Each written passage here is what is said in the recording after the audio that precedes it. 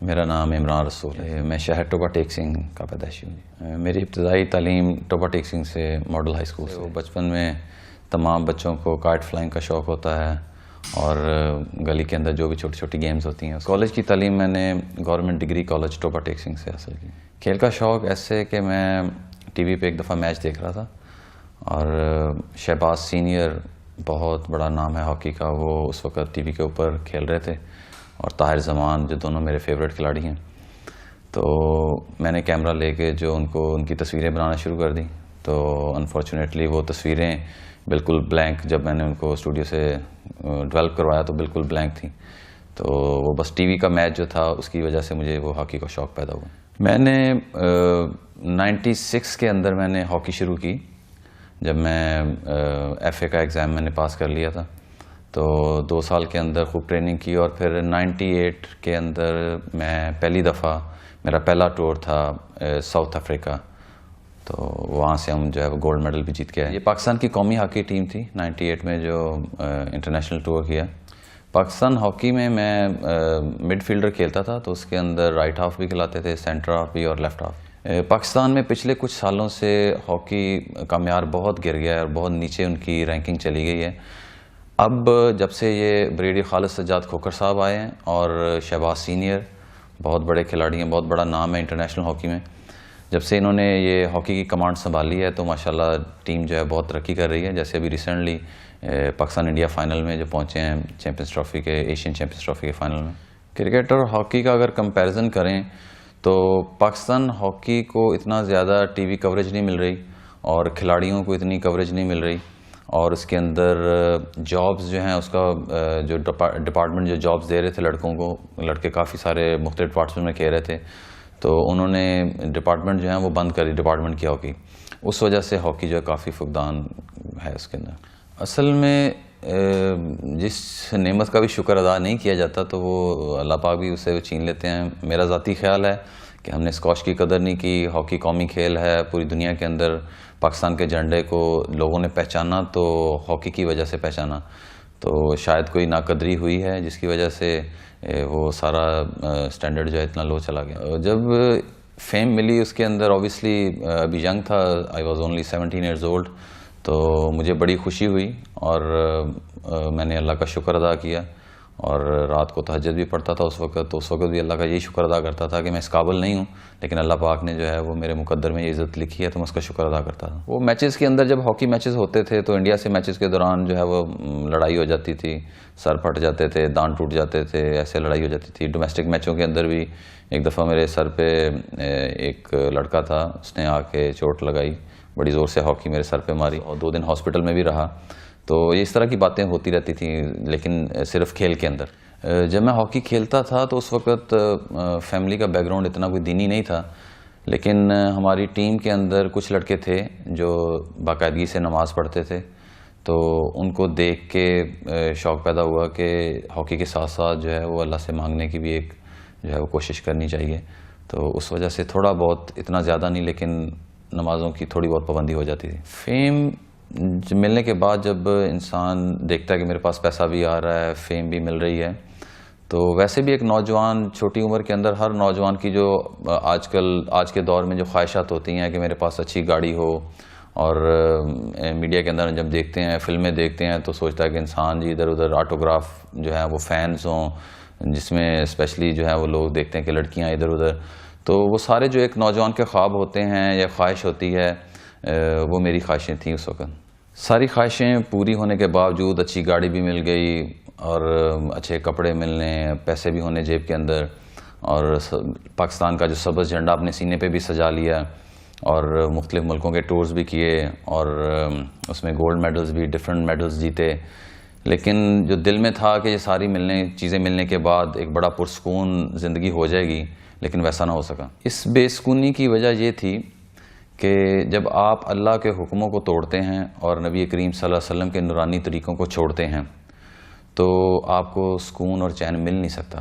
اس بے سکونی کا احساس اس طرح ہوا کہ میرے بیچ میں اسی کیریئر کے دوران کچھ مجھے انجری ہو گئی، اس وقت پریشانی آئی، اور پھر اس کے بعد جو ہے وہ بعد میں میری شادی ہوئی، اس کے اندر کچھ پرابلمز آئیں. تو میرے چچا حاجی غلام فرید صاحب انہوں نے میری اس معاملے میں بڑی مدد کی کہ انہوں نے مجھے پھر ان کا باہر کے ملکوں کے سفر ہوئے تبلیغ کے اندر، انہوں نے میری بڑی رہنمائی کی اور انہوں نے مجھے بڑی منت سماجت کر کے مجھے تبلیغ کے اندر 3 دن کے لیے مجھے بھیجا. اس کی وجہ سے میرے اندر ایک فکر پیدا ہوئی کہ مجھے اپنی زندگی کے اندر دین کو لے کے آنا چاہیے. جب مجھے یاد ہے کہ میرے لیفٹ نی میں پرابلم تھی تو میرے ڈاکٹر نے کہا کہ کافی میجر انجری ہے اور آپ کا آپریشن ہوگا اور آپ بہت کم چانسز ہیں آپ کھیل سکیں گے. تو میرے چچا نے مجھے بات کی مجھے ایک وظیفہ بھی بتایا، تو پھر میں نے اس کو عمل کیا. الحمدللہ میری جلدی ریکوری بھی ہوئی. تو مجھے لوکل ہمارے ٹوبا ٹیکسنگ کے اندر 3 دن کے لیے ایک جماعت میں بھیجا جس میں ینگ نوجوان تھے، کینیڈا کے، امریکہ کے اور کچھ لاہور کے ساتھی تھے اس میں. تو ہمارے ذہن میں تو یہ تھا کہ کینیڈا اور امریکہ کے لڑکے ہیں، بڑی ڈیزائنر کپڑے اور پینٹیں اور یہ وہ ایسے آئے ہوں گے، چلو ان سے ذرا ملتے ہیں، گپ شپ کرتے ہیں. جب مسجد کے اندر 3 دن ان کے ساتھ لگائے تو ایک عجیب ایسی محبت جو زندگی میں ایسی محبت کبھی دیکھی نہیں تھی. بڑی دفعہ گھر سے جو جانا کئی دنوں کے لیے ٹورز میں مختلف ملکوں میں، تو کبھی ایسے کسی سے جدا ہوتے ہوئے، گھر والوں سے جدا ہوتے کبھی رونا نہیں آیا. تو جب 3 دن کے بعد وہ جماعت ہم سے رخصت ہو رہی تھی تو ہم 3 ساتھی تھے، دوست میں نے اپنے ساتھ اور لے لیے. ان کو کہا چلو یار مسجد میں گپ شپ ہوگی، بور نہیں ہوں گے. تو ہم تینوں لوگ جو ہے وہ اس جماعت کو رخصت کر کے آنسوؤں کے ساتھ رو رہے تھے کہ اللہ رب العزت نے ایسی محبت دل میں ڈال دی تھی کہ ایسی محبت کبھی پہلے میں نے فیل نہیں کی. دین کے اوپر جب میں چلا تو سب سے بڑی مشکل مجھے یہ آئی کہ جب میری شادی ہوئی تھی تو میں ایک ماڈرن آدمی تھا اور گولڈ کی چینز گلے میں، کان میں بھی گولڈن چیزیں ڈالنی اور گلے کے اندر چینز، بریسلٹ اور ڈیزائنر کپڑے پہننے. تو شادی کے بعد جب دین زندگی میں آیا، پریشانی ہوئی، تو اس کے بعد مسز جو ہیں وہ کہہ رہی ہیں کہ بھی اب آپ داڑھی نہیں رکھ سکتے، یہ شلوار قمیض نہیں پہن سکتے. تو یہ میری زندگی میں کافی اس کی مشکل ہوئی. اصل میں ایسا تھا کہ میری جو دل کی خواہش تھی کہ مجھے اچھی گاڑی ملے، خوبصورت لڑکی ملے اور مجھے میرے پاس گھر ہو، پیسہ ہو، ساری چیزیں اللہ رب العزت نے دی اس وقت. پھر کیا ہوا کہ ساری چیزیں یہ تو زندگی میں تھیں، لیکن دین زندگی میں نہ ہونے کی وجہ سے شادی کس طرح کامیاب ہو سکتی ہے یہ طریقہ سیکھا نہیں تھا کہ کس اللہ کے نبی صلی اللہ علیہ وسلم کی نورانی زندگی اپنی زندگی میں نہیں تھی، دوسری طرف بھی نہیں تھی. اس وجہ سے سب سے زیادہ پرابلم یہی ہوئی کہ مجھے داڑھی رکھنے میں مشکل تھی اس وقت. شروع میں تو جب میں نے داڑھی رکھنے کا ارادہ کیا، مجھے یاد ہے ایک دفعہ اس سے پہلے بھی داڑھی رکھنے کا ارادہ کیا تھا. اس وقت تو میری والدہ نے بھی مجھے یہ کہا تھا کہ بیٹا ابھی رہنے دو، جب شادی ہو جائے گی پھر رکھ لینا. اس طرح جو ہے وہ داڑھی رکھو گے کیسا لگے گا، کیونکہ گھر کے اندر اتنا دینی ماحول نہیں تھا. سب سے پہلے تو یہ تھا کہ گھر کے اندر اپنی مسز کے ساتھ معاملات جو ہیں وہ خراب ہوئے اور گھر والے تو یہی کہتے تھے کہ بھی آپ جو ہے وہ تھوڑا سا قربانی دو دینی طور پہ. تو لیکن میں نے پھر یہی ڈیسائیڈ کیا کہ پہلے بھی زندگی میں جو مشکلات ہیں وہ دین زندگی میں نہ ہونے کی وجہ سے ہیں. تو بجائے اس کے کہ میں دین کو چھوڑ کر جو ہے وہ پریشان ہوں، کیوں نہ دین کو زندگی میں لا کے اگر کوئی پریشانی آئے گی بھی سنت کو اختیار کرتے ہوئے تو اس کا اجر تو اللہ رب العزت قیامت کے دن دیں گے. اس کا یہ ہوا کہ پھر وہ گھر والی تو راضی نہیں ہوئی، پھر ہماری جو ہے وہ ڈیورس ہو گئی اور ہماری جو ہے وہ علیحدگی ہو گئی. پھر میں نے 2010 کے اندر جو ہے وہ ارادہ کیا کہ میں 4 ماہ لگاؤں گا. تو میں نے جب 4 ماہ لگائے تو اللہ رب العزت نے میری زندگی میں بھی ایک سکون دیا اور اللہ رب العزت نے پھر میں نے دوبارہ شادی کی. بہت مجھے نیک سیرت جو ہے وہ اللہ رب العزت نے مجھے بیوی دی. جو اللہ رب العزت نے تقدیر لکھی ہے اچھی یا بری، جو اللہ نے لکھ دیا ہے وہ ہو کے رہے گا. اور اللہ رب العزت تو رحم کرنے والے ہیں، انسانوں کے ساتھ رحم کا معاملہ کرتے ہیں.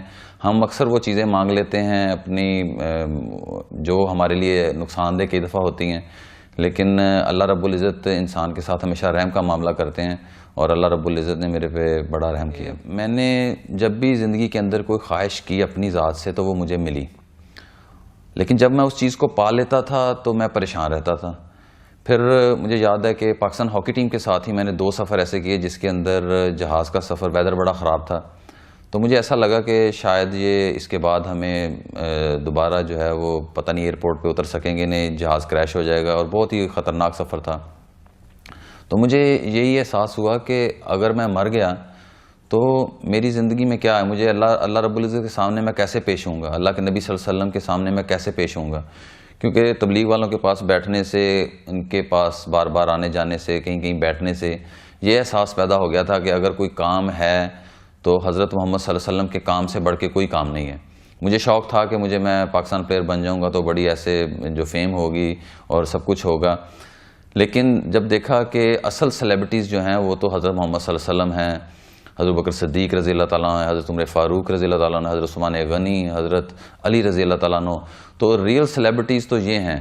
تو ہمیں تو دنیا کی چیزیں اسباب کے درجے میں تو ٹھیک ہیں، لیکن میرا ایک وہ جو امیج میرے ذہن میں تھا کہ دنیاوی سیلیبریٹیز جو ہیں میں ان کو دیکھ کے چل رہا تھا، وہ میرا اللہ رب العزت نے جب دعوت و تبلیغ میں لگا تو اللہ رب العزت نے وہ کافی میرا کانسیپٹ جو ہے وہ کلیئر ہوا. اگر میں دین کو زندگی میں نہ لے کے آتا تو شاید میں اتنا سینسٹیو اور ایسا انسان تھا کہ ہو سکتا تھا کہ میں اپنی ذہنی حالت کو صحیح نہ رکھ پاتا، یا میں خود اپنے آپ کو نقصان پہنچا لیتا یا کسی کو نقصان پہنچا دیتا.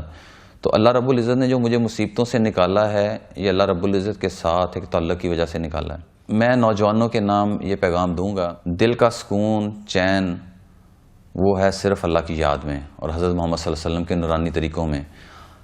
جتنا بھی ہم کوشش کر لیں، جو میری ڈیوٹی لگی ہے اگر میں وہ ڈیوٹی نہیں کر رہا تو مجھے کہیں سے سیلری بھی نہیں ملے گی، مجھے کہیں سے کوئی انعام بھی نہیں ملے گا. ہماری ڈیوٹی اللہ رب العزت نے بھی لگا دی اور حضرت محمد صلی اللہ علیہ وسلم نے بھی یہ ڈیوٹی لگا دی. اللہ کے نبی صلی اللہ علیہ وسلم فرما رہے ہیں، جس کا مفہوم ہے کہ میں لوگوں کو بلاتا ہوں، یہ میرا راستہ ہے اللہ کی طرف، اور جو میرا ماننے والا ہے اس کا بھی یہی راستہ ہے. اب ہم اللہ کے نبی صلی اللہ علیہ وسلم کے ماننے والے ہیں تو اب ہمارا راستہ جو ہے وہ یہ دعوت کا کام ہے.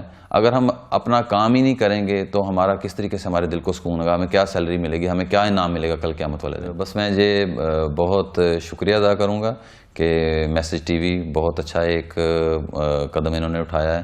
اللہ اور اللہ کے رسول صلی اللہ علیہ وسلم کی جو ہے پیاری پیاری باتیں پوری دنیا کے انسانوں تک پہنچا رہے ہیں، اور آپ نے مجھے اپنے اس پروگرام کے اندر آنے کی دعوت دی. میں اس کا بہت بہت شکریہ ادا کرتا ہوں. اللہ حافظ.